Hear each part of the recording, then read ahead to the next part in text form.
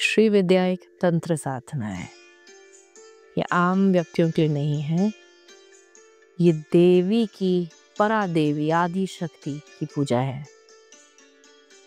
श्री विद्या में कहा जाता है कि ब्रह्मा, विष्णु और महेश तीनों उत्पन्न होते हैं आदि शक्ति से। तो श्री विद्या में हम देवी को परम मानते हैं और उनके अलग अलग रूपों की साधना करते हैं। बिंदु कहा गया है देवी को, और उस बिंदु में से पूरा ब्रह्मांड प्रकट होता है। देवी के इस रूप के अंदर बहुत ही अद्भुत सिद्धियां छुपी हैं। तो श्री विद्या उन सिद्धियों के लिए भी प्रैक्टिस किया जाता है। तो श्री विद्या एक बहुत ही कॉम्प्लेक्स प्रैक्टिस है। बहुत आसान नहीं है इसको समझना, क्योंकि ये मैथमेटिक्स के ऊपर बेस्ड है। नेचर में अगर आप देखेंगे, प्रकृति में हर चीज़ एक ज्योमेट्री को फॉलो कर रही है। जैसे कि मैथ्स में शेप्स हैं, सर्कल, ट्रायंगल, स्क्वायर, और एक गोल्डन रेशियो है जिसको हम बोलते हैं कि सारी प्रकृति उस गोल्डन रेशियो पर डिजाइन्ड है। तो साइंटिफिक है ये। साइंटिस्ट ने ये भी डिस्कवर किया, जो ये श्री यंत्र का जो डायग्राम है, जब हम ओम के साउंड को प्ले करते हैं तो ये डायग्राम बनता है। अब इस डायग्राम को आप आम डायग्राम मत समझिए, क्योंकि हर एक शेप का इस डायग्राम में बहुत महत्वपूर्णता है। और हम श्री विद्या में यंत्र तो यूज करते ही हैं, लेकिन साथ ही साथ मंत्र की साधना भी बहुत इम्पोर्टेंट है, क्योंकि हर एक साउंड का हमारे शरीर पे एक इम्पैक्ट होता है। और जो कुंडलिनी शक्ति है वो भी जागृत की जा सकती है श्री विद्या की प्रैक्टिस से, बहुत सिंपल वे में, सेफ वे में।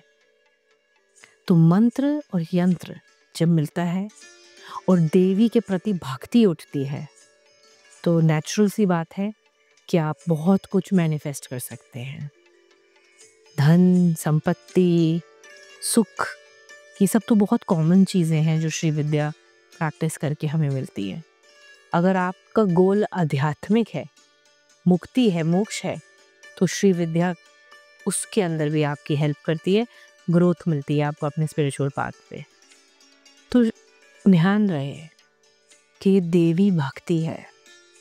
सिर्फ मैनिफेस्टेशन के लिए ही नहीं यूज़ करना है इस टूल को। हम इस ब्रह्मांड की जो सोर्स ऑफ क्रिएशन है उसको जान रहे हैं, तो सर झुकना चाहिए मदर के आगे। माँ के रूप में हम पूजते हैं देवी को। जितनी और देवियां हैं वो सब श्री चक्र से उत्पन्न होती हैं। तो जो मेन है ना, वो है श्री ललिता त्रिपुर सुंदरी, फिर लक्ष्मी, सरस्वती, काली, भैरवी।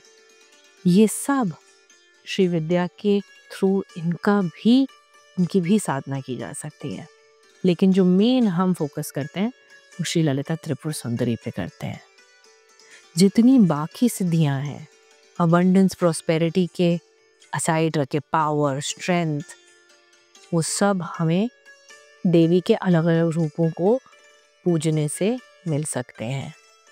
ये उन लोगों के लिए है जो तंत्र विद्या में गहराई में सीखना चाहते हैं देवी की भक्ति, पूजा।